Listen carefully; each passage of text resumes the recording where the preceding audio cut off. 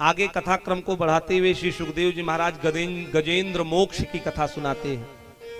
आसीद गिरिवरो राजस्त्रिकूट इति विश्रुतः क्षीरोदेनावृता श्रीमान्यो जनायुत मुक्षितः। परीक्षित क्षीर सागर में त्रिकूट नाम का एक प्रसिद्ध पर्वत था। उस श्रेष्ठ पर्वत पर पर्वत जो 10,000 योजन विस्तार वाला था। पर्वतराज त्रिकूट की तराई में महात्मा उद्यान वरुण का एक बड़ा सुंदर उद्यान था। उस उद्यान में भी एक उद्यान और था, बगीचा था। उस बगीचे के बीच में एक सरोवर था और उस उद्यान का राजा गजेंद्र था, जो 10,000 हाथियों का बल रखने वाला था। वो गजेंद्र एक दिन अपने पत्नी और बच्चों के साथ उन्मत्त होकर के बड़ी मस्ती में पेड़ पौधों को तोड़ता हुआ, रौंदता हुआ मतवाली चाल में सरोवर में पास पहुंच गया। सरोवर में पहले तो खूब स्नान किया।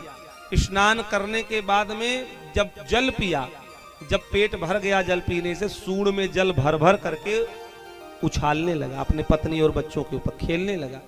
इसको क्या पता था कि अभी कुछ ही क्षण बाद मेरा काल मेरे सम्मुख आ जाएगा। इतना उन्मत्त हो गया, इतना निमग्न हो गया, भूल गया। नीचे से एक बहुत बड़े ग्राह ने, मगरमच्छ ने आकर के उसके पैर को अपने मुख में रख लिया, पैर को अपने मुख में भर लिया। तम तत्र कश्चित् नृपदैव नोदितो ग्राहो बलीयाश्चरिणो रुषाग्रही यद्वक्षयु व्यसनं गतो गजो यथा बलम सोति बलो विचक्रमे।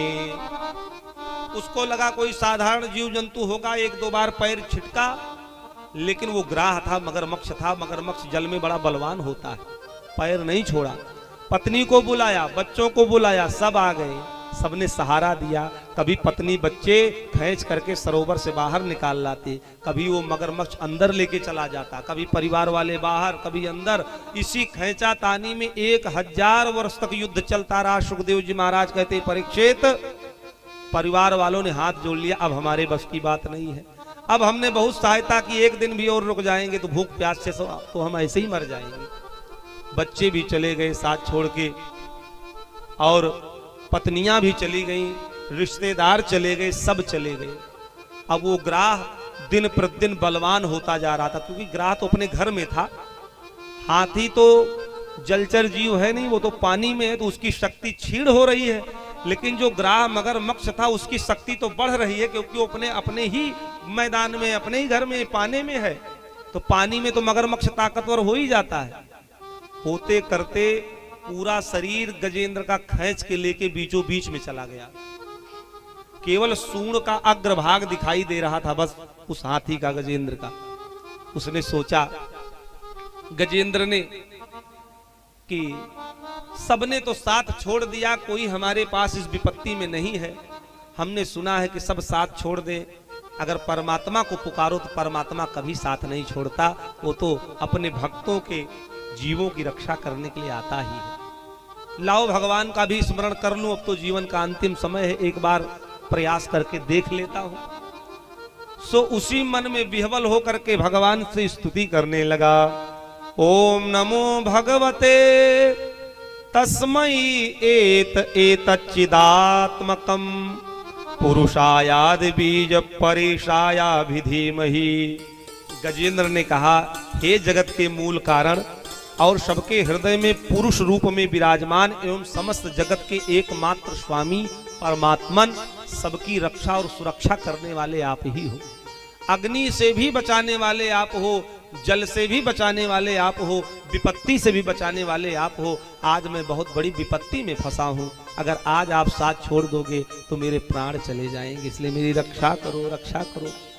एक कमल का पुष्प तोड़ा, भाव रूप से भगवान को समर्पित करते हुए कहता है, नमः शांताय घोराय मूढ़ाय गुणधर्मिणे निर्विशेषाय साम्याय नमो ज्ञान घनाय चा।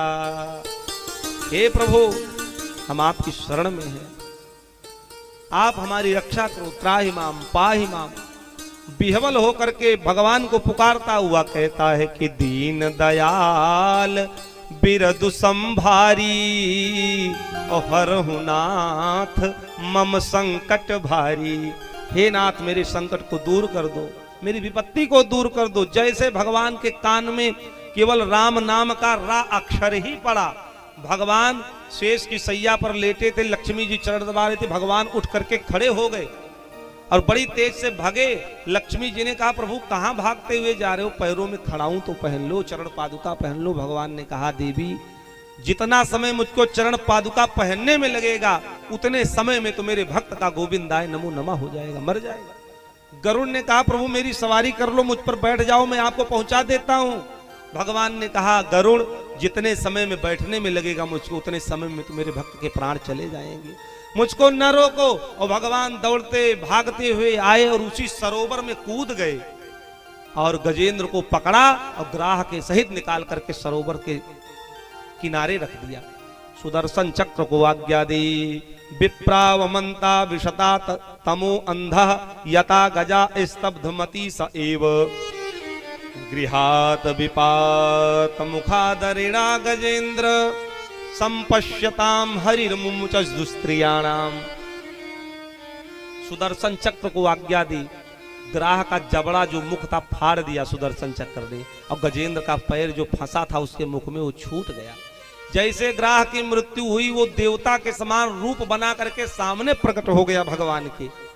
पीला पीतांबर, गले में माला, कानों में कुंडल, मस्तक पर तिलक, सिर पर मुकुट, हाथ जोड़ के भगवान के सामने विनती करके भगवान की 3 बार परिक्रमा करके भगवान के नित्य धाम गोलोक धाम चला गया।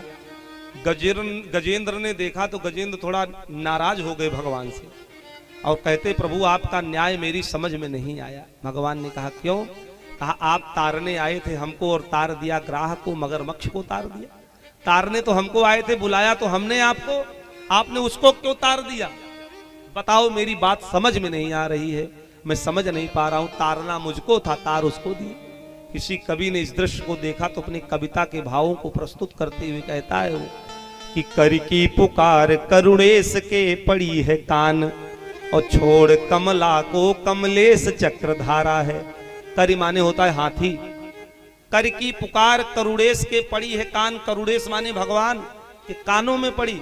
छोड़ कमला को, लक्ष्मी को छोड़ करके करुणेश चक्रधारा है, भगवान ने सुदर्शन चक्र उठा लिया। तो कर की पुकार करुणेश के पड़ी है कान तो छोड़ कमला को कमलेश चक्रधारा है। चक्र ध्वनि सुनते ही खगेश दौड़ आया पास। खगेश कहते गरुड़ को। तो खींच के रमेश ने घुमा के चक्र मारा है।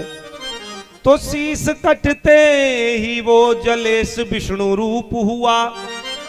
जलेश माने ग्राह।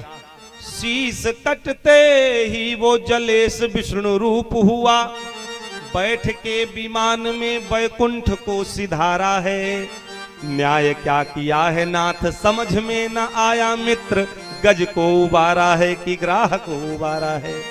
न्याय क्या किया है नाथ समझ में न आया मित्र, गज को उबारा है कि ग्राह को उबारा है। गजेंद्र कहते हैं मित्र मेरी बात समझ में नहीं आई, आप ग्राह को तारे हो कि गजेंद्र को तारे हो? भगवान मुस्कुराने लगे। देखो गजेंद्र मेरा तो स्वभाव है। मेरा स्वभाव क्या है कि जो मेरा भक्त हो जाता है, मेरे शरणों में चरण में आ जाता, उसका उद्धार आज नहीं कल तो मैं कर ही देता हूं। लेकिन जो मेरे भक्त के भक्त का भी चरण पकड़ ले, भले वो अभक्त हो, पहले उद्धार मैं उसका करता हूं, भक्त का उद्धार बाद में करता हूं। तुम तो मेरे भक्त हो ही, तुम्हारा चरण ग्राह ने पकड़ा तो मेरा स्वभाव है, पहले मैंने उसका उद्धार कर दिया। तो मेरे भक्त के भक्त की भी सन्निधि भगवान कहते हैं कोई कर ले तो मैं उसके ऊपर पहले कृपा कर देता हूं। इस प्रकार भगवान ने गजेंद्र को समझाया और गजेंद्र का उद्धार किया, ग्राह को मुक्त कर दिया। भगवान भावना और भक्ति के वशीभूत में होकर के भगवान भक्तों के सम्मुख बार बार आते रहते हैं।